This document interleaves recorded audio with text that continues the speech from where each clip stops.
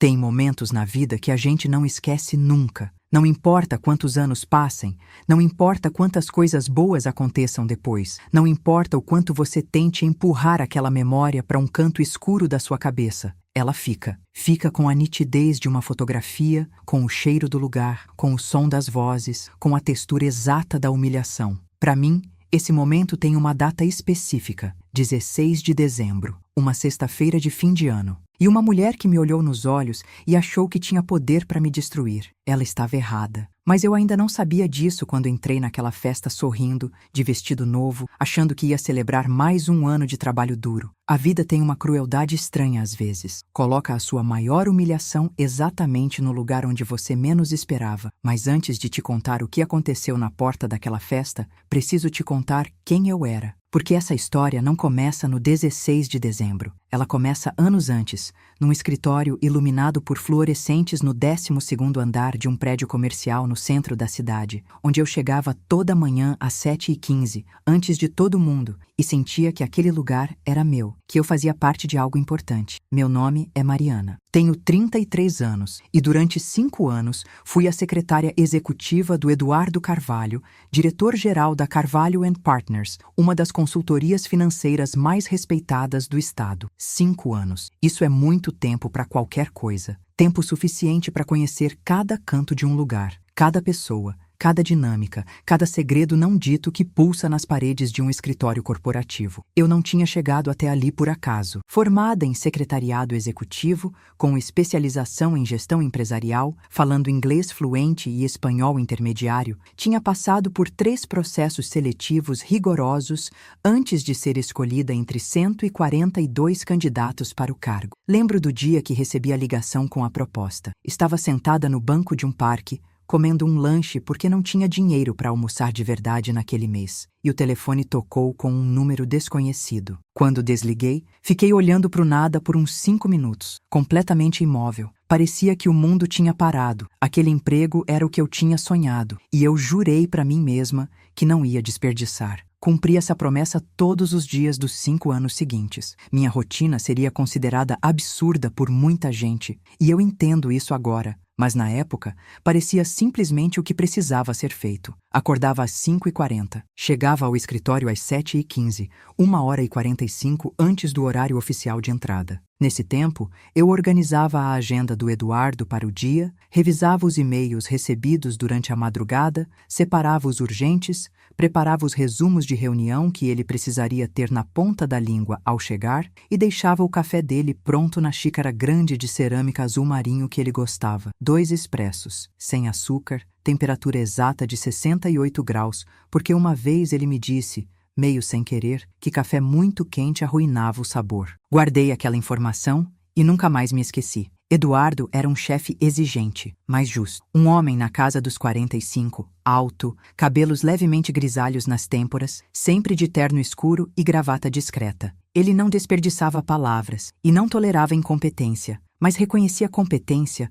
com uma generosidade que eu respeitava muito. Nos primeiros 3 meses, ele me testou de formas que eu só fui perceber depois. Pedia coisas com prazos impossíveis, só para ver se eu ia entrar em pânico ou resolver. Chegava com situações de crise às 16 horas de uma sexta e observava como eu gerenciava. Certa vez, cancelou uma reunião que eu tinha levado 2 dias organizando e esperou absolutamente impassível para ver minha reação. Eu respirei fundo, agradeci a informação e perguntei se ele precisava que eu reagendasse ou encerrava o compromisso. Acho que foi nesse momento que ele decidiu que eu ficaria. Com o tempo, a confiança foi crescendo de um jeito que me enchia de orgulho. Eu deixei de ser apenas quem organizava a agenda para me tornar uma espécie de segunda memória institucional da empresa. Sabia de coisas que os sócios não sabiam. Tinha acesso a contratos, negociações em andamento, comunicações sigilosas com clientes de alto valor. Eduardo me incluía em reuniões estratégicas para fazer anotações, mas eu sabia que, na verdade,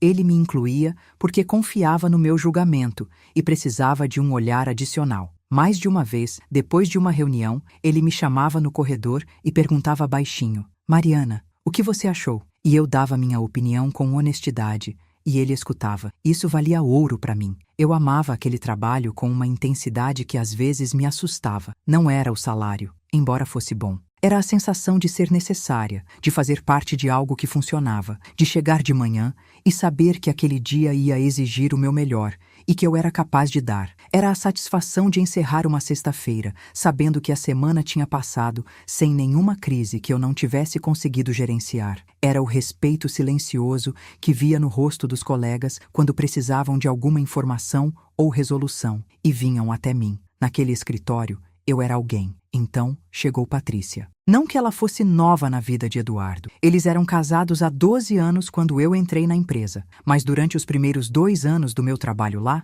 Patrícia era quase uma figura abstrata. Aparecia no Natal, numa confraternização ou outra, e mesmo assim ficava pouco tempo, cumprimentava as pessoas com aquele sorriso estudado de quem aprendeu que tem que aparecer vez ou outra e sumia. Eduardo raramente falava dela. Não com desdém nem com carinho excessivo, simplesmente não falava, da mesma forma que você não fala sobre o sofá da sua sala quando está no trabalho. Ela existia, fazia parte da vida dele fora daquelas paredes, e ficava por isso mesmo. O que mudou, exatamente, eu nunca soube ao certo, mas lembro com precisão do dia que tudo começou a mudar. Era uma terça-feira de março, 2 anos antes da festa de fim de ano. Eu estava ao telefone com um cliente importante quando a porta de vidro do escritório se abriu e Patrícia entrou sem avisar, sem secretária de recepção, sem agendar. Ela simplesmente entrou, com um vestido caro demais para uma visita espontânea, cabelos perfeitamente arranjados, perfume que chegou à minha mesa antes dela. Eu levantei o olhar e sorri com a boca, continuando a conversa ao telefone. Ela não sorriu de volta. Ficou parada no meio do escritório aberto, olhando ao redor como quem está avaliando um imóvel que não gostou. Depois virou o rosto devagar na minha direção e me estudou por um tempo que me fez sentir que estava sendo classificada em alguma categoria que eu ainda não entendia. Quando terminei a ligação, me levantei e me aproximei com meu sorriso profissional intacto. Patrícia, boa tarde. Eduardo está numa reunião até às 4, mas eu posso avisá-lo que a senhora chegou. Ela me olhou de cima a baixo, um movimento rápido, quase imperceptível, mas eu vi e disse numa voz que carregava alguma coisa que eu não soube nomear imediatamente. Pode avisar sim. E me diz uma coisa, Mariana, é assim? Fiz que sim. Ela continuou. Você e o Eduardo trabalham juntos faz quanto tempo? Respondi que havia 2 anos. Ela levantou uma sobrancelha, apenas uma, e disse, que tempo? E foi sentar no sofá de espera. Naquela tarde, eu não entendi. Precisei de algumas semanas para começar a entender, mas o processo foi lento, quase imperceptível, como uma maré que vai subindo milímetro a milímetro até que você percebe que já está com água nos joelhos e não viu acontecer. As visitas começaram a se tornar frequentes, 1 vez por semana, depois 2, depois 3, sempre sem avisar. Sempre com aquele mesmo olhar de avaliação que me varrida da cabeça aos pés, como se estivesse procurando algo que eu estava escondendo. Os comentários começaram pequenos. Você não vai para casa cedo hoje, Mariana? São 6:30, com aquele sorriso nos lábios que não chegava aos olhos. Ou então, numa reunião em que Eduardo me chamou para trazer documentos adicionais. Eduardo, você não poderia pedir para alguém da equipe? Mariana deve ter muito o que fazer, como se a minha presença naquele espaço fosse um problema que precisava ser resolvido, como se eu fosse uma coisa que estava no lugar errado. Eu fingia não perceber, mantinha meu sorriso, respondia com educação, fazia meu trabalho com excelência redobrada, porque sabia, instintivamente, que havia um par de olhos que estava esperando um deslize meu. Mas por dentro, eu sentia aquele aperto familiar de quem está sendo julgada injustamente e não tem como se defender porque o crime não foi cometido. Só era suspeita de existir do jeito que existia, competente, próxima, necessária. E esse, aparentemente, era problema suficiente. A primeira humilhação de verdade aconteceu numa tarde de outubro, 1 mês antes da festa que mudaria tudo. Eduardo tinha saído para um almoço com clientes. O escritório estava parcialmente vazio, uma dessas calmarias de quarta-feira, depois do meio-dia. Eu estava finalizando a apresentação que ele precisaria no dia seguinte, concentrada, fones de ouvido quando senti uma presença parar do meu lado. Retirei um fone. Patrícia estava ali de pé, com uma pasta na mão, me olhando com uma expressão que eu nunca tinha visto nela antes. Raiva fria. O tipo de raiva que não grita, que corta. Eu precisava de uma informação sobre a viagem do Eduardo para São Paulo a semana que vem, disse ela. Normal até aí.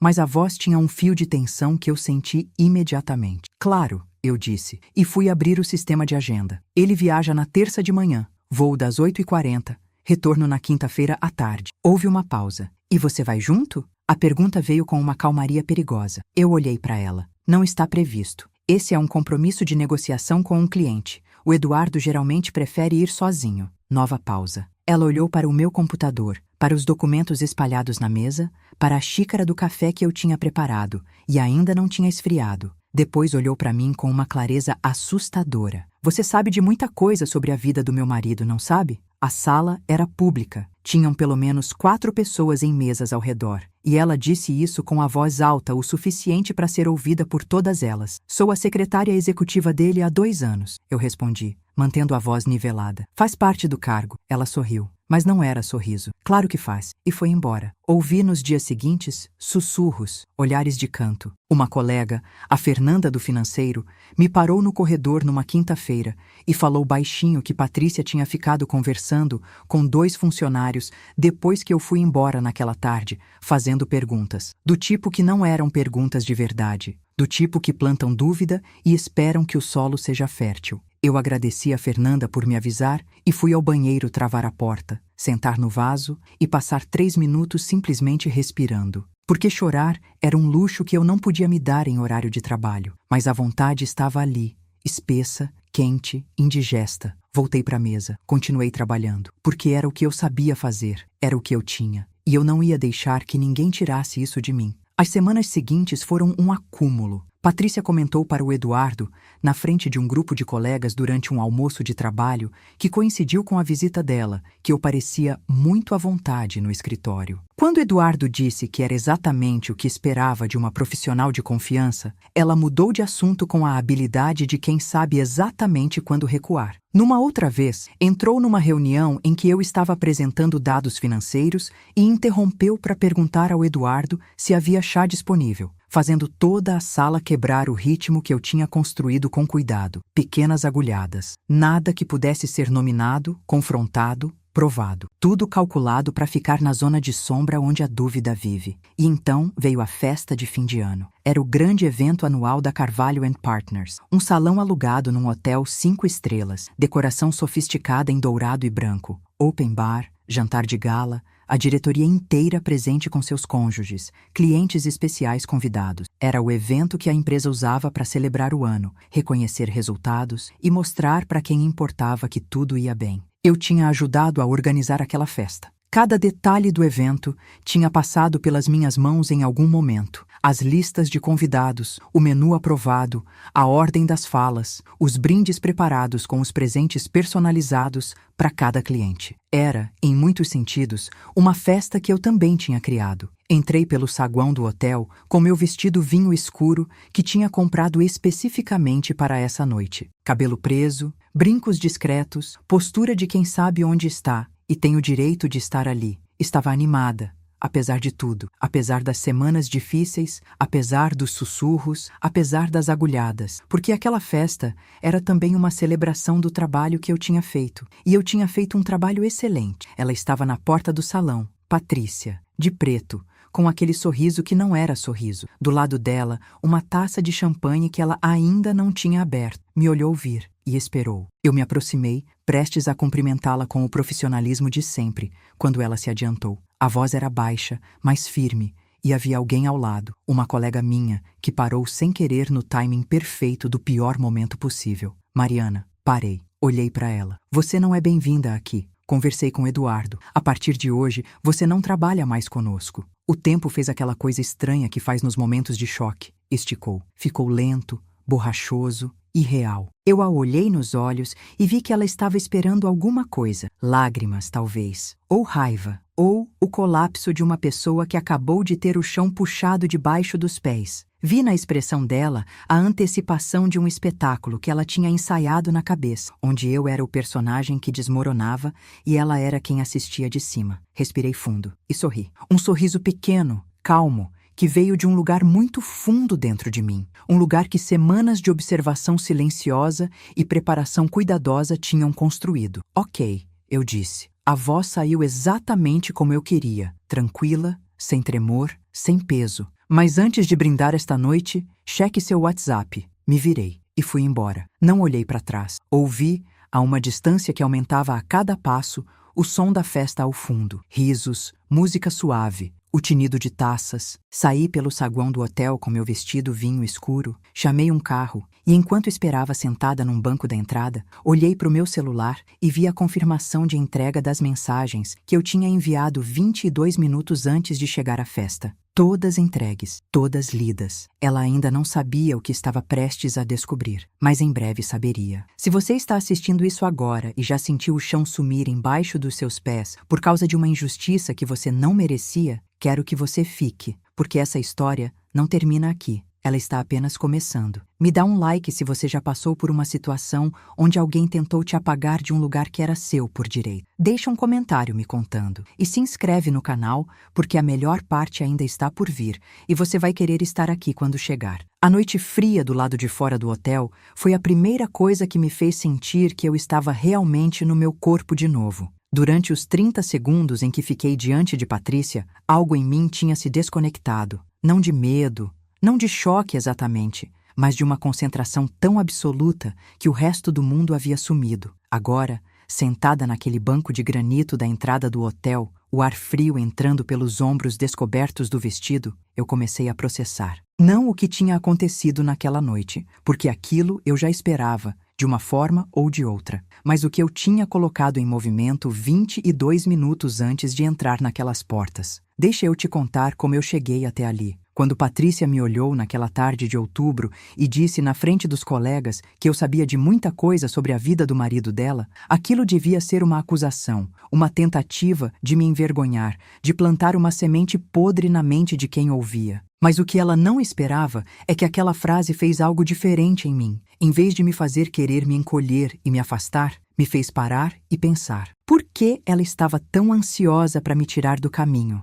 Por que aquela urgência? Por que uma mulher casada há 12 anos com um homem bem-sucedido, vivendo confortavelmente, com uma vida social invejável pelo que eu entendia, se preocuparia tanto com a secretária do marido, a ponto de aparecer repetidamente no escritório, fazer perguntas veladas, tentar manchar minha reputação com sombras de implicação? Insegurança conjugal, sim. Ciúmes, talvez. Mas havia algo na intensidade daquilo, na frequência, na precisão calculada de cada pequena humilhação, que me dizia que havia mais, que eu estava sendo afastada não por ser uma ameaça romântica, porque não era, nunca fui, nunca tive nenhuma intenção que não fosse estritamente profissional, mas por ser uma ameaça a outra coisa, por estar perto, por saber demais, por ter acesso. Foi quando comecei a prestar atenção de verdade, não de forma paranoica, não de forma agressiva, apenas com atenção. A mesma atenção que eu usava para organizar a agenda do Eduardo, para antecipar o que ele precisaria antes de pedir, para ler uma sala e entender a dinâmica antes de falar. Comecei a usar essa atenção para observar Patrícia, e o que comecei a ver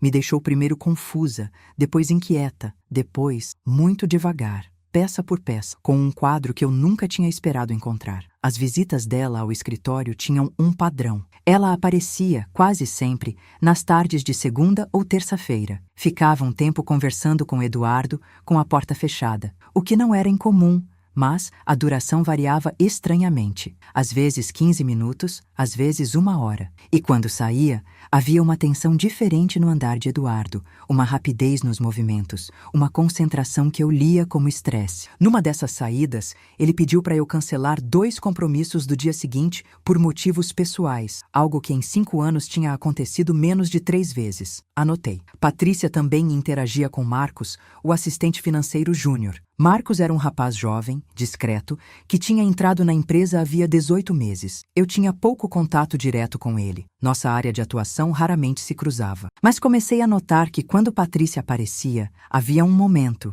quase sempre, em que ela passava pela mesa de Marcos. Uma parada casual, uma palavra ou 2. Às vezes entregava um envelope ou recebia um. Aquilo poderia ser absolutamente inocente, mas o timing me incomodava, porque acontecia justamente nos dias em que Eduardo tinha reuniões longas com a diretoria. Os momentos em que eu estava ocupada e o escritório tinha menos olhos atentos. Não tinha como agir com base em impressões. Eu precisava de algo mais concreto. A oportunidade veio de forma completamente inesperada, como tantas coisas importantes na vida. Era uma quarta-feira, umas 3 da tarde, e eu fui à sala de arquivo buscar o contrato de um cliente antigo que Eduardo precisaria referenciar numa reunião. A sala de arquivo era aquele tipo de espaço que existe em todo escritório, mas que poucos frequentam. Prateleiras altas, caixas etiquetadas, uma mesa pequena no canto, ar parado com cheiro de papel. Enquanto eu procurava a caixa correta, ouvi a porta se abrir. Me virei esperando encontrar alguém do administrativo. Era Marcos. Ele se surpreendeu ao me ver,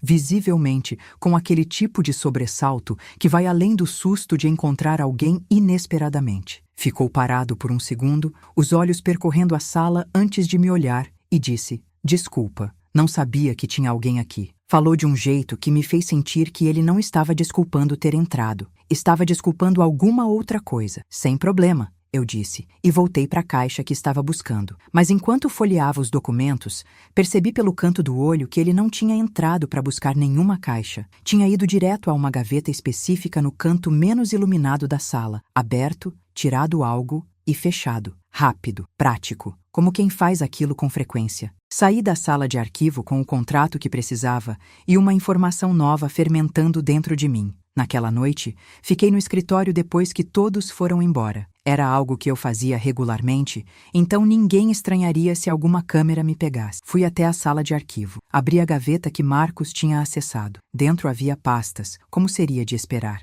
mas havia também, enfiado atrás das pastas, um envelope grande, pardo, sem identificação. Abri. Dentro havia uma sequência de documentos que levei alguns minutos para entender completamente. Extratos, impressões de transações, notas de transferências entre contas. O nome da empresa estava em alguns deles. Outros tinham nomes que eu não reconheci imediatamente. Mas havia números que não faziam sentido na contabilidade que eu conhecia da Carvalho & Partners. Valores que estavam indo para fora sem correspondência nos registros oficiais que eu tinha acesso. Fechei o envelope. Coloquei de volta exatamente como estava. Fui para minha mesa e fiquei olhando para o meu computador por uns 2 minutos sem digitar nada. Eu tinha encontrado alguma coisa. Não sabia exatamente o que ainda, mas sabia que era alguma coisa. A partir daquele momento, comecei a documentar, com o cuidado e a metodologia que eu aplicava a tudo no meu trabalho. Tirei fotos dos documentos com meu celular pessoal. Comecei a manter um arquivo de datas, horários, observações, tudo o que eu tinha visto e quando tinha visto. Comecei a pesquisar os nomes das contas que apareciam nos documentos. Um deles não levou a lugar nenhum. O outro era uma empresa de consultoria em nome de Patrícia Carvalho, registrada há 18 meses, exatamente quando Marcos tinha entrado na empresa, exatamente quando as visitas ao escritório tinham começado. Respirei fundo diante da tela do computador e senti o estômago apertar com a dimensão do que estava se desenhando na minha frente. Não era ciúme. Nunca foi sobre mim ser uma ameaça romântica. Era sobre dinheiro. Era sobre um esquema que usava o escritório do Eduardo como ponto de operação e precisava que quem estivesse mais perto, quem soubesse demais, quem tivesse os olhos mais abertos, precisava que essa pessoa estivesse fora. Me afastar era uma medida de segurança. Me humilhar era uma forma de fazer com que eu quisesse sair por conta própria, antes que eu percebesse o que estava acontecendo. Ela me subestimou. Esse erro dela seria fundamental. Nos dias seguintes, continuei como sempre. Café às 8 em ponto, agenda organizada,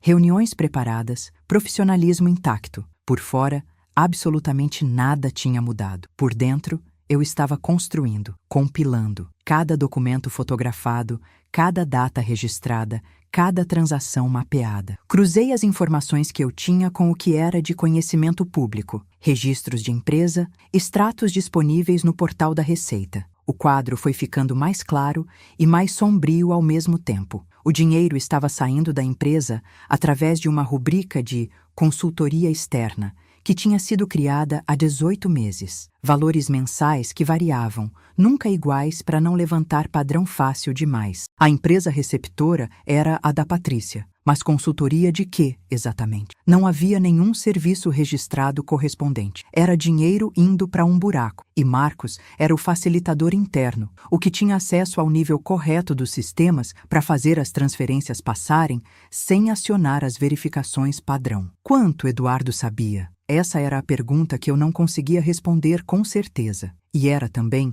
a pergunta mais perigosa de todas. Porque se ele sabia, eu estava numa posição muito diferente do que se ele não sabia. Precisei de mais algumas semanas para montar uma imagem mais completa. E nesse período, as humilhações continuaram. Patrícia apareceu numa tarde em que eu estava numa ligação com um cliente importante e ficou parada do lado da minha mesa até eu terminar. Não com nenhum pedido urgente, apenas esperando, criando desconforto com a presença deliberada. Em outra ocasião, encontrou um erro de digitação mínimo num documento que eu tinha preparado e o levou até Eduardo, não para corrigir, mas para mostrar. Ficou parada enquanto ele lia, esperando uma reação que não veio. Eduardo olhou para o documento, disse: Mariana, corrige esse ponto aqui, e passou para a próxima coisa. Ela foi embora sem ter conseguido o que queria. Mas cada uma dessas situações me custava energia. Me custava aquele desgaste sutil e acumulativo de estar num estado constante de vigilância, de nunca poder simplesmente trabalhar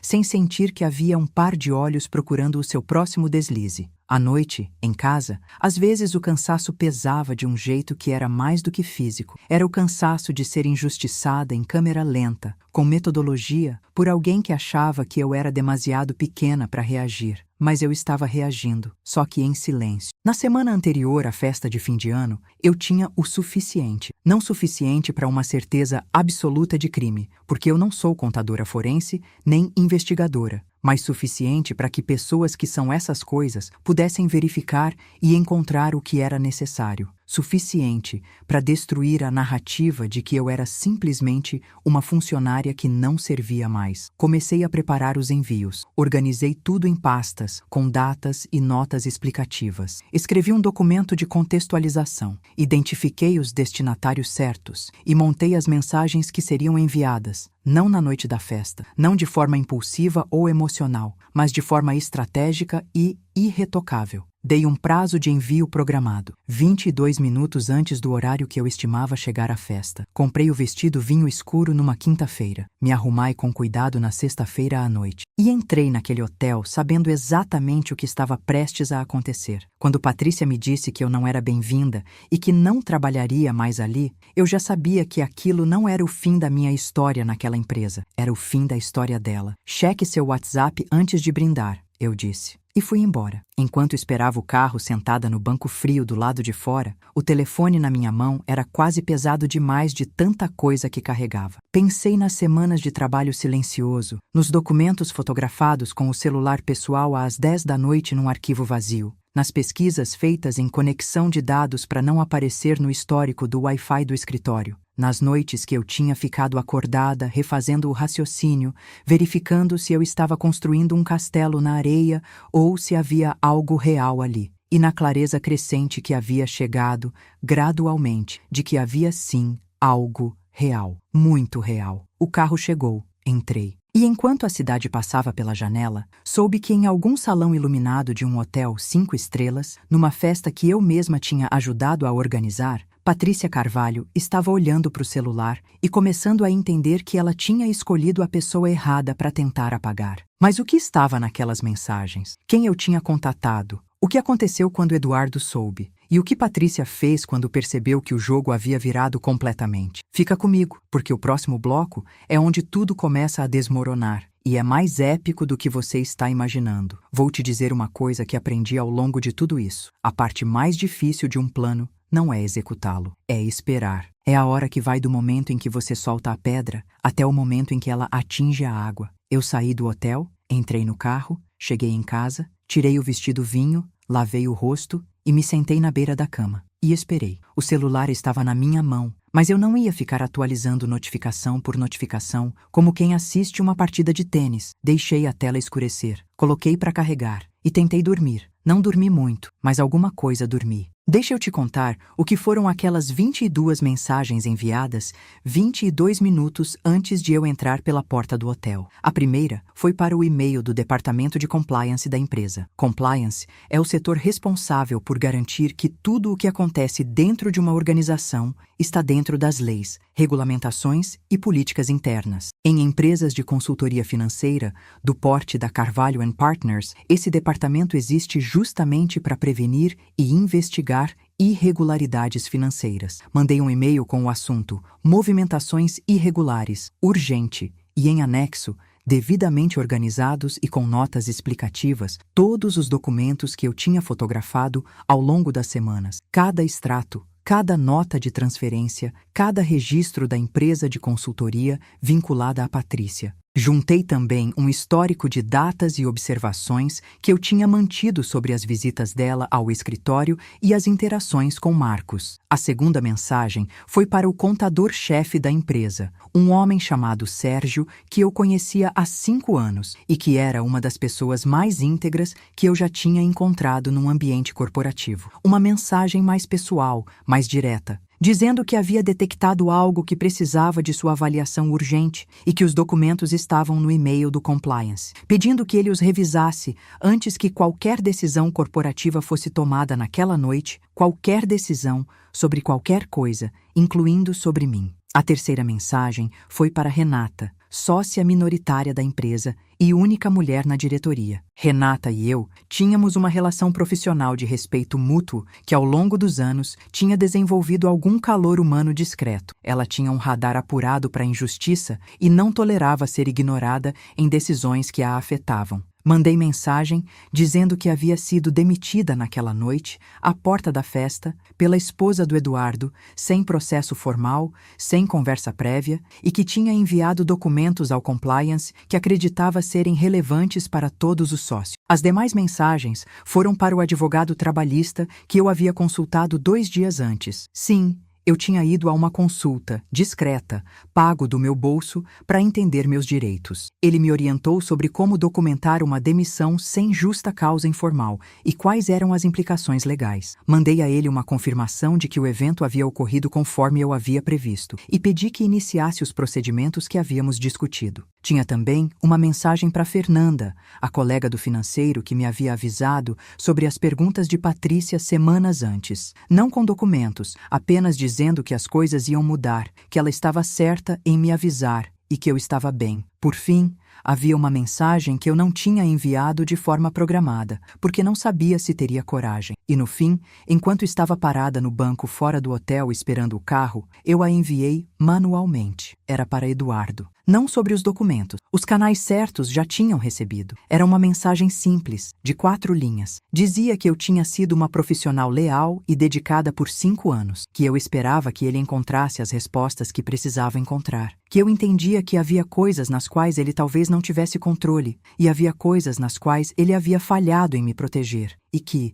independentemente do que viesse, eu ia ficar bem. Não mandei com raiva. Mandei com uma espécie de tristeza limpa, daquele tipo que não pesa porque você já passou pelo luto antes do momento e chegou no outro lado. Mandei. O carro chegou. Entrei. O que aconteceu dentro daquela festa naquela noite, eu soube em partes, ao longo dos dias seguintes, por fontes diferentes. Patrícia leu as mensagens por volta das 21h. Sei disso porque Fernanda estava perto quando aconteceu. Não por plano meu, mas pela geometria do acaso. Ela estava pegando uma bebida perto do lugar onde Patrícia havia se sentado e viu a expressão dela mudar, não gradualmente, de uma vez, como quando você vê uma luz se apagar. Patrícia ficou imóvel por alguns segundos, olhando para o celular. Depois levantou o olhar para o salão e Fernanda disse que foi uma das coisas mais estranhas que ela já viu num rosto humano. Uma mistura de pânico, raiva e o começo do reconhecimento de que alguma coisa havia saído completamente do controle. Ela foi até Eduardo. Eduardo estava conversando com 2 clientes importantes quando ela chegou. Tocou no braço dele e algo na forma como tocou fez ele se virar imediatamente. Ela falou baixo. Ele pediu licença aos clientes. Foram para um canto. Mais 2 minutos de conversa e Eduardo estava com o telefone no ouvido, ligando para alguém. Fernanda não soube dizer para quem, mas pelo tom, sério, tenso, sem os marcadores de polidez que ele usava com clientes, era alguém interno. Enquanto isso, do outro lado da festa, Sérgio, o contador-chefe, tinha entrado discretamente num canto com o notebook que levou na bolsa, algo que ele fazia eventualmente quando sabia que podia precisar trabalhar durante o evento, e estava lendo os e-mails que eu tinha enviado. Segundo ele próprio me contaria depois, quando abriu os documentos, precisou de menos de 15 minutos para entender o que estava vendo. E nesses 15 minutos, o rosto dele foi passando por estágios que uma colega que estava por perto descreveu como alguém lendo uma notícia ruim muito devagar. Quando terminou, foi direto procurar Renata. A festa continuou ao fundo. A música tocou. O jantar foi servido. As pessoas riram e brindaram sem saber que no mesmo espaço, em pontos diferentes do salão, um conjunto de conversas estava mudando o rumo de várias vidas. No sábado de manhã, o telefone tocou às 8h40. Era Renata. Mariana, ela disse com aquela voz direta que eu associava a ela. Eu preciso que você venha ao escritório segunda-feira às 9. Não como ex-funcionária, como testemunha e parte interessada em uma investigação interna que está sendo iniciada. Fez uma pausa. E quero que saiba que o que você fez, a forma como documentou, como escolheu os canais corretos, como não agiu impulsivamente, isso foi muito profissional. Muito. Fiquei em silêncio por um segundo. Obrigada, Renata. Nos vemos segunda, ela disse, e desligou. Depois de desligar, fiquei sentada na minha cozinha com uma xícara de café que tinha esquecido de tomar, olhando pela janela para o sábado de manhã lá fora. Tinha passado uma noite de sono fragmentado, acordada às 4 com o coração acelerado, acordada de novo às 6, pensando nos e-mails que tinha enviado e tentando lembrar se havia algum detalhe que eu tivesse deixado escapar. Agora havia uma ligação, uma convocação formal. Uma investigação sendo iniciada. No domingo, Eduardo me ligou. Eu estava no parque perto de casa quando o telefone vibrou com o número dele. Fiquei olhando para o nome na tela por 3 toques antes de atender. Eduardo, eu disse. Houve uma pausa do lado dele. O tipo de pausa que carrega mais informação do que a maioria das frases. Quando ele falou, a voz estava diferente. Mais baixa, mais pesada, sem a clareza direta que eu associava a ele. Mariana, eu sei que a Renata já falou com você. Eu só queria ligar eu mesmo. Outra pausa. Eu não sabia. 3 palavras. E eu ouvi nelas o peso de alguém que, ao dizer que não sabia, também está dizendo que deveria ter sabido, que falhou em ver o que estava na frente dele, que estava processando a distância entre quem ele achava que era e quem havia sido na prática. Tudo bem, Eduardo, eu disse. E era verdade, na medida em que alguma coisa pode ser verdade de forma incompleta, mas honesta. Eu também queria dizer que o que a Patrícia fez na entrada da festa foi... Parou, recomeçou. Não teve minha autorização, nunca teria. Fez uma pausa. Eu sei que isso não desfaz. Não desfaz, eu concordei. Mas é bom saber. Ficamos em silêncio por um momento que não era desconfortável, o que me surpreendeu. Segunda-feira, então, ele disse por fim. Segunda-feira, eu confirmei. Desligamos. Continuei andando no parque por mais meia hora, observando cachorros correndo e crianças nos balanços e pessoas tomando sol de domingo como se nada houvesse mudado no mundo. E pensando que, de um certo ângulo, nada havia mesmo. O sol era o mesmo. O parque era o mesmo. O café que eu tomaria ao chegar em casa era o mesmo. Só que eu era uma versão ligeiramente diferente de mim. Uma que tinha passado por um fogo e saído do outro lado intacta, um pouco mais consciente da própria resistência. Quando entrei em casa, sentei na frente do computador e fiz uma coisa que não tinha feito em semanas. Abri um documento em branco e comecei a escrever o que eu queria da minha vida profissional nos próximos anos. Não com urgência, não com angústia, com aquela clareza que só aparece quando você remove da equação o medo de perder o que tem. E enquanto escrevia, soube que a segunda-feira seria apenas o começo de uma fase muito diferente, para mim, e definitivamente para Patrícia Carvalho. O que aconteceu naquela segunda-feira de manhã, quando a investigação começou de verdade, vai te deixar sem acreditar. E o que aconteceu com Marcos, com Eduardo e especialmente com Patrícia nos dias e semanas seguintes, isso é o que muda tudo. Fica comigo. Segunda-feira, 9 da manhã, eu entrei pela porta da Carvalho & Partners vestida com aquele traje bege que eu usava para apresentações importantes. Calça de alfaiataria, blazer estruturado, escarpão discreto. Fiz aquele trajeto que eu tinha feito centenas de vezes. Recepção, elevador, 12º andar, corredor, mas dessa vez não fui até a minha mesa. Fui até a sala de reuniões grande, a que fica no canto com vista para a rua, que era usada para situações que precisavam de privacidade e espaço. Já havia 5 pessoas na sala quando eu entrei. Renata, Sérgio, o contador-chefe, o advogado da empresa, um homem sério de óculos grossos que eu conhecia de vista. Uma mulher que eu não reconheci imediatamente, mas que seria apresentada como a auditora externa convocada com urgência no fim de semana. E Eduardo, que estava de pé do lado da janela, de costas para a sala quando eu entrei, e que se virou ao ouvir a porta. Nos olhamos por um segundo. Ele assentiu levemente. Eu assentei de volta. Sentei. A reunião durou 4 horas. Fui ouvida primeiro. Contei tudo em ordem. A primeira visita suspeita de Patrícia, o padrão que comecei a observar, à tarde na sala de arquivo, os documentos que encontrei, como tinha documentado, como tinha escolhido os canais de envio. Respondi cada pergunta com a precisão de alguém que havia construído aquilo com metodologia, e a auditora, cujo nome era a doutora Cláudia, foi fazendo anotações sem parar. Em certos momentos, ela pedia que eu repetisse algum detalhe ou pedisse mais especificidade. Eu fornecia. Nenhuma vez durante as 4 horas, alguém colocou em dúvida o que eu estava dizendo. Isso me impressionou. Depois entenderia por quê. Porque no fim de semana, entre as ligações de Renata e a convocação da auditora, Sérgio havia feito suas próprias verificações nos sistemas financeiros da empresa. E o que havia encontrado confirmava, com a crueza de números e timestamps de sistema que não mentem, o que os documentos que eu havia fotografado já sugeriam. Havia um desvio sistemático, cuidadoso, progressivo. 18 meses de transferências para a empresa de consultoria de Patrícia Carvalho,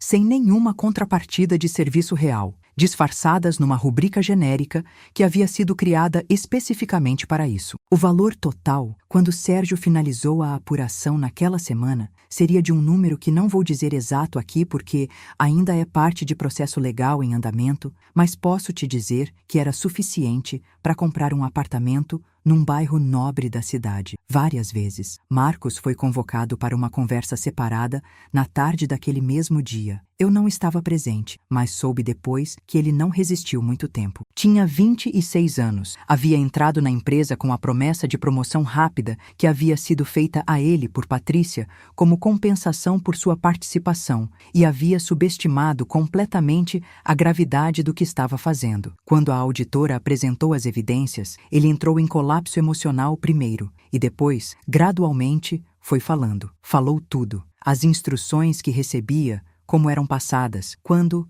com qual disfarce. Falou sobre os envelopes na sala de arquivo. Falou sobre Patrícia. E ao falar sobre Patrícia, revelou também o que eu não havia encontrado nos meus próprios documentos, que havia uma segunda camada. Além dos desvios financeiros, ela havia obtido acesso, através de Marcos, a informações estratégicas confidenciais da empresa, informações sobre clientes, sobre negociações em andamento, informações que ela havia repassado a um concorrente da Carvalho & Partners. Um concorrente que nos últimos 18 meses havia ganhado contratos que a Carvalho & Partners havia perdido de forma surpreendente, quebrando uma sequência de vitórias que ninguém havia conseguido explicar na época. Quando isso veio à tona, Eduardo, que estava numa sala ao lado recebendo um resumo por partes, precisou sair por alguns minutos. Alguém me disse depois que ele foi ao banheiro e ficou lá tempo demais. Não sei o que aconteceu naquele banheiro, mas imagino. Porque descobrir que a pessoa com quem você viveu 12 anos estava,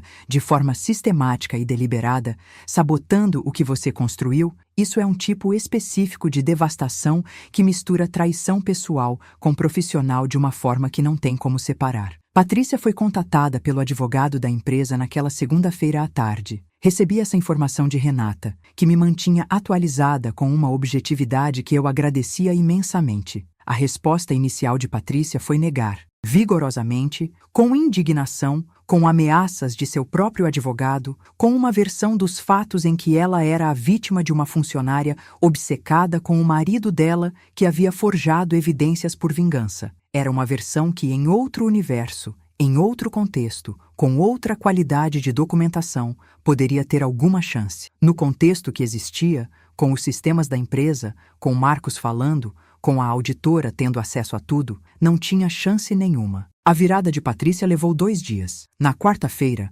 através do advogado dela, veio a admissão. Parcial primeiro, depois progressivamente mais completa à medida que os advogados dos 2 lados foram discutindo o que havia e o que ainda poderia vir. E junto com a admissão, uma proposta de acordo que incluía devolução dos valores desviados, encerramento da empresa fantasma e colaboração com a investigação sobre o repasse de informações ao concorrente. Eu não estava nas negociações. Não era meu papel estar, mas Renata me mantinha informada porque havia um componente que me afetava diretamente, a questão da minha demissão. Uma demissão informal, sem processo, sem aviso, feita por uma pessoa que não tinha autoridade legal nenhuma para demitir ninguém. na porta de um evento social. Do ponto de vista trabalhista, era um campo minado para a empresa. Do ponto de vista humano, era uma injustiça que precisava de reparação. Na quinta-feira, Renata me chamou para uma conversa separada. Sentamos numa das salas menores, eu com um café, ela com uma água. Mariana, ela começou, com aquela maneira dela que é direta, mas não dura. Você foi demitida de forma completamente irregular.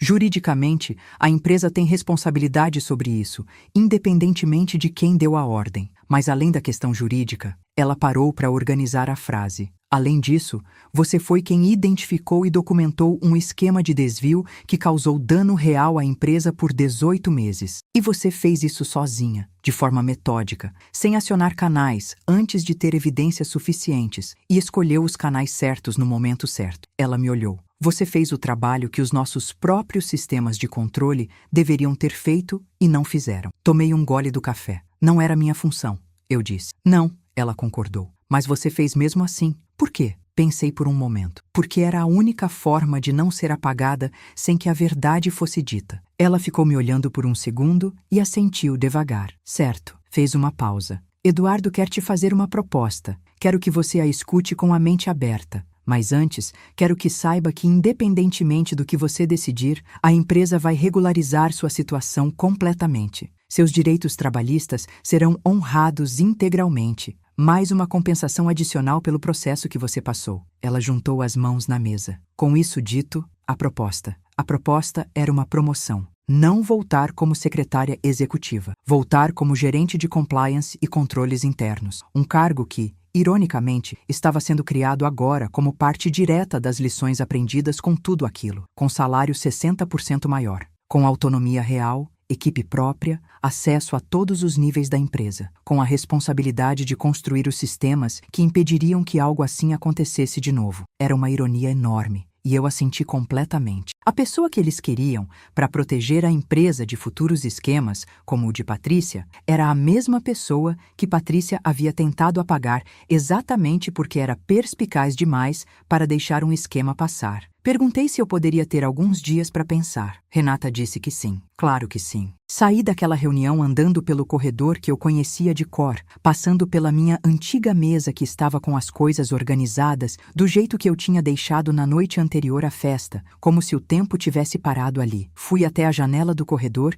e fiquei olhando para a rua lá embaixo por alguns minutos. Em algum lugar da cidade, Patrícia Carvalho estava num escritório de advocacia discutindo termos de acordo. Marcos estava, presumo, num estado de pânico e arrependimento que não serviria para desfazer o que havia feito, mas que era, ao menos, real. Eduardo estava lidando com a desintegração de 12 anos de casamento e de uma confiança que havia sido traída de forma que ele ainda estava processando. E eu estava aqui, nessa janela, olhando para o sol da tarde de uma quinta-feira, com uma proposta na mão e uma decisão para tomar. A exposição de Patrícia não havia sido dramática, não havia sido pública num sentido teatral. Não houve cena, não houve confronto de cinema. Havia sido metódica, documentada, entregue nos canais corretos para as pessoas certas. E talvez seja assim que a justiça de verdade funciona. Não num gesto grandioso, mas num acúmulo cuidadoso de fatos que falam por si mesmos quando apresentados à luz adequada. Mas havia algo que ainda estava no ar, uma decisão que eu precisava tomar e que mudaria tudo. A queda de Patrícia foi real e irreversível. O acordo que ela assinou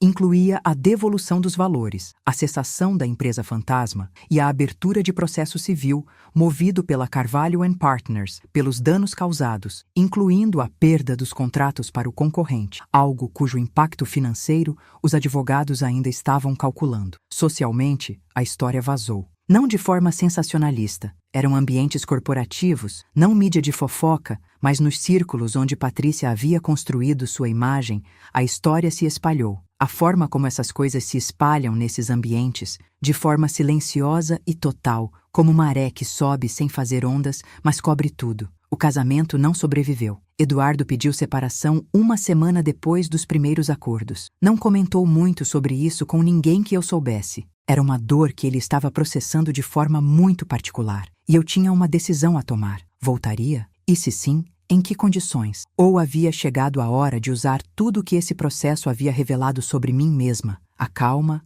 a metodologia, a capacidade de enxergar o que precisa ser enxergado para construir algo completamente novo? Fiquei sentada com essa pergunta por 3 dias. No terceiro dia depois da reunião com Renata, numa manhã de domingo que estava mais clara do que o comum para aquela época do ano, eu acordei cedo, fiz café, me sentei à mesa da cozinha com um caderno que uso às vezes para organizar pensamentos e escrevi 2 títulos no topo de páginas diferentes. Em uma, escrevi ficar, na outra, escrevi ir. Sob cada título, fui escrevendo o que eu pensava, sem filtro, sem tentar convencer a mim mesma de nada. Só escrevia o que aparecia. Sob ficar, apareceu. Eu conheço aquele lugar de dentro para fora. Tenho credibilidade real agora, de uma forma diferente de antes. O cargo que estão oferecendo é algo que eu seria boa. Há pessoas lá que eu respeito, como Renata, como Sérgio. É uma chance de transformar o que foi traumático em algo construtivo,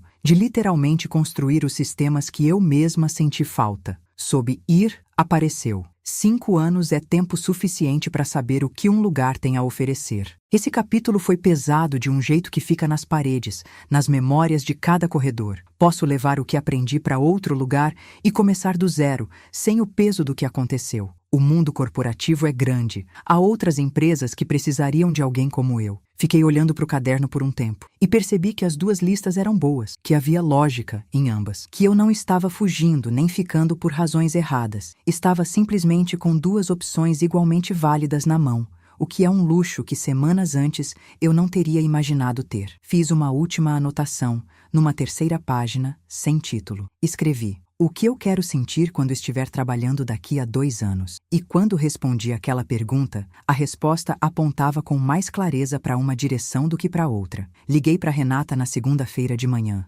Disse que aceitava a proposta, com uma condição, que eu tivesse autonomia real para estruturar o departamento do zero, com acesso direto à diretoria quando necessário, e que o escopo do trabalho fosse revisado nos primeiros 6 meses, conforme o que a prática revelasse que era necessário. Renata disse que sim a tudo isso sem hesitar, e eu ouvi naquele sim algo que me disse que a decisão estava certa. Na terça-feira, entrei pela primeira vez pelo 12º andar com um crachá diferente. Não mais secretária executiva. O crachá novo ainda era temporário, impresso em papel, enquanto o permanente era produzido. Mas estava escrito ali: Gerência de Compliance e Controles Internos. Fui até a sala que havia sido designada para mim, uma sala com janela, menor do que a de Eduardo, mas inteiramente minha, e me sentei atrás da mesa pela primeira vez. Fiquei quieta por um momento. Pensei na frase de Patrícia na porta da festa: você não é bem-vinda aqui. A partir de hoje, você não trabalha mais conosco. E senti de forma muito tranquila a ironia perfeita de estar sentada naquela sala. Os primeiros meses foram intensos de um jeito bom. O tipo de intensidade que você escolhe, não o tipo que te é imposto. Precisei aprender coisas novas, me aprofundar em legislação de compliance, em sistemas de controle interno, em metodologias de auditoria. Contratei 2 pessoas para compor minha equipe, um analista com experiência em contabilidade forense e uma estagiária de direito com um jeito de pensar que me lembrava um pouco de mim mesma quando estava começando. Construímos juntos uma estrutura que não existia ali antes. Canais de denúncia anônima, revisões periódicas de processos financeiros, um mapa de riscos que foi apresentado à diretoria e aprovado em votação unânime. Eduardo me tratava com um respeito que tinha uma textura diferente do que antes. Antes havia uma confiança de chefe que valoriza um subordinado. Agora havia algo mais horizontal, mais parecido com o respeito entre pares. Nas reuniões de diretoria em que eu agora participava regularmente, ele me ouvia com uma atenção que às vezes me fazia pensar que ele estava, à sua maneira, fazendo as pazes com o que havia acontecido ao perceber que havia um motivo pelo qual eu havia conseguido ver o que os outros não viram. Renata se tornou uma mentora informal, do tipo que não usa esse título, mas exerce a função com generosidade. Às vezes, almoçávamos juntas e ela me contava sobre os começos dela na empresa, sobre os erros que tinha cometido e como os tinha convertido. Eu ouvia e guardava tudo. Fernanda, A colega do financeiro que tinha me avisado naquela tarde ganhou merecidamente uma promoção interna que ela há muito esperava. Eu não posso dizer que participei diretamente desse processo, mas posso dizer que quando o nome dela foi mencionado numa conversa sobre candidatos internos, eu disse tudo o que pensava sobre ela com honestidade e sem filtro. Às vezes, ser testemunha de caráter no momento certo é tudo. Marcos foi desligado, obviamente, e enfrenta processos legais que ele mesmo escolheu quando tomou aquelas decisões. Não sinto raiva dele. Sinto uma espécie de tristeza pela ingenuidade dele, por ter acreditado que uma promoção rápida valia o risco de destruir sua própria carreira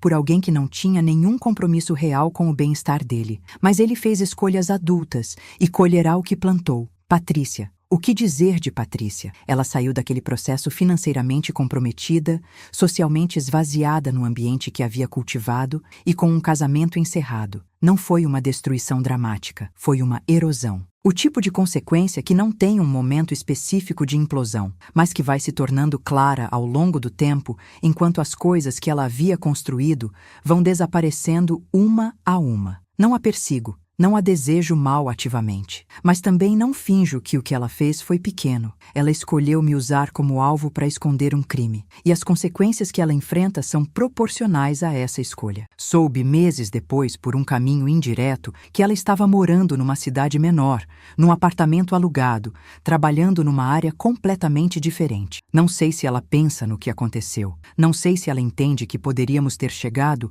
ao mesmo resultado, a exposição do esquema, sem que ela tivesse transformado a minha vida em campo minado por meses, que sua obsessão por me afastar acelerou exatamente o processo que ela queria evitar. Mas talvez essa seja a lição mais cruel que existe. Às vezes, a tentativa de apagar uma testemunha é exatamente o que faz a testemunha prestar atenção. O que aprendi com tudo isso? Aprendi que humilhação não é o fim de uma história. É, muitas vezes, apenas o capítulo que antecede a virada, desde que você não se deixe destruir dentro dele. E não me destruir não foi uma questão de heroísmo ou força excepcional. Foi uma questão de escolha cotidiana, repetida, de não deixar o que estava acontecendo me convencer de uma mentira sobre quem eu era e o que eu valia. Aprendi que observar com cuidado tem poder que a reação impulsiva não tem, que o silêncio estratégico é completamente diferente do silêncio da resignação, e que saber a diferença entre os dois é uma das habilidades mais valiosas que alguém pode desenvolver. Aprendi que as pessoas que tentam te diminuir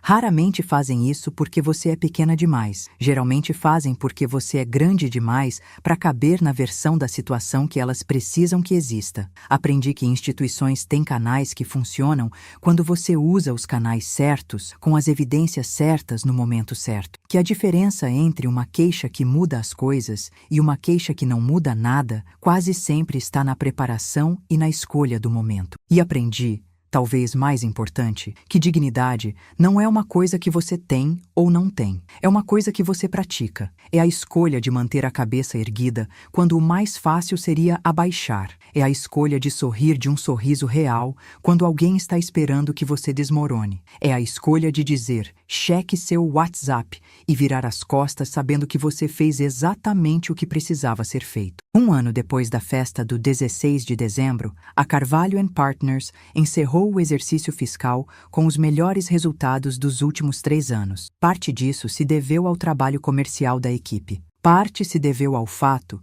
de que os contratos que haviam sido perdidos para o concorrente, aquele que havia recebido informações de Patrícia, foram objeto de investigação separada, que resultou em sanções para aquela empresa e na renegociação de alguns dos contratos que voltaram para a Carvalho & Partners. No jantar de fim de ano daquele ciclo, que aconteceu novamente num salão de hotel, diferente do anterior, escolhido por mim como parte das minhas novas responsabilidades, eu entrei pela porta, com um vestido diferente, e não havia ninguém me esperando com palavras de exclusão. Havia colegas que cumprimentaram, conversas que me incluíam, um lugar na mesa que era meu, por direito de trabalho e de tempo e de tudo que havia construído. Renata levantou o brinde da noite. Agradeceu ao ano que havia sido, aos desafios que haviam revelado onde a empresa precisava ser mais forte, às pessoas que haviam demonstrado integridade nos momentos que mais importavam. Não disse meu nome. Não precisava. O que importa nas histórias reais não é o reconhecimento público, é o reconhecimento interno, a clareza de saber que você se manteve você mesma quando havia todas as razões para não se manter. Levantei minha taça com todos e brinquei. Se você chegou até aqui dessa história, quero te dizer uma coisa antes de encerrar. Se você está passando por uma situação de injustiça num ambiente de trabalho ou em qualquer outro ambiente e está sentindo aquele peso de ser mal interpretada, mal julgada ou deliberadamente diminuída por alguém que tem mais poder aparente do que você, eu quero que você ouça isso com atenção. Aparente é a palavra certa. Poder aparente. Porque o poder que vem de posição, de relacionamento, de intimidação, esse poder tem prazo de validade. E o poder que vem de competência, de integridade, de documentação cuidadosa e de saber usar os canais certos, esse poder fica. Não estou dizendo que é fácil. Não foi. Houve noites que eu travei o banheiro para chorar em silêncio, porque era o único lugar onde eu podia deixar o peso aparecer sem que alguém visse. Houve manhãs que acordei exausta, antes mesmo de começar o dia, porque o desgaste do estado de alerta constante é real e não é pequeno. Não romantizo o que passei. Não digo que foi um presente ou que foi necessário. Digo que aconteceu, que eu não o escolhi, mas que escolhi o que fazer dentro dele, e que essa escolha fez toda a diferença. Se você está num momento parecido, observe com cuidado, documente o que precisa ser documentado, escolha seus momentos, confie no seu julgamento e saiba que manter a dignidade numa situação que tenta tirá-la de você não é fraqueza passiva, é a resistência mais ativa que existe. O gesto que mais me orgulha de tudo o que aconteceu não foi a investigação que abri, não foi o cargo que consegui, não foi nenhuma consequência que Patrícia sofreu. Foi o momento em que, na porta daquela festa, com o coração acelerado e a injustiça na minha face, eu respirei fundo, sorri de um lugar real e disse o que tinha a dizer com a calma de quem sabe que a verdade não precisa de volume para ser verdade. E virei as costas. Foi o gesto mais poderoso que eu já fiz na vida. O twist final? 6 meses depois de assumir o novo cargo, fui convidada para falar num congresso de gestão empresarial sobre a implementação de sistemas de compliance em empresas de médio porte. Uma das participantes na plateia me procurou depois com um cartão. Era a diretora de RH de uma empresa maior, que estava construindo um departamento similar e queria conversar sobre possibilidades. Não saí da Carvalho & Partners por essa oportunidade. Ainda não, mas guardo o cartão. Porque uma das coisas que toda essa história me ensinou é que possibilidades aparecem para quem está de pé, de olhos abertos, e sabe o que vale. E eu sei o que valho. Se essa história te tocou de alguma forma, se você se reconheceu em alguma parte dela, se você já manteve a cabeça erguida quando era mais fácil abaixar, se você já esperou o momento certo com mais paciência do que achava que tinha, me conta nos comentários. Eu leio tudo. Essas histórias precisam ser contadas, porque elas nos lembram que não estamos sozinhos, que o caminho entre a humilhação e a superação é real e percorrível, e que às vezes a virada mais poderosa começa com uma frase simples dita numa porta de festa e uma tela de celular que está prestes a mudar tudo. Se inscreve no canal para mais histórias como essa. Um like se você chegou até o final, e até o próximo relato.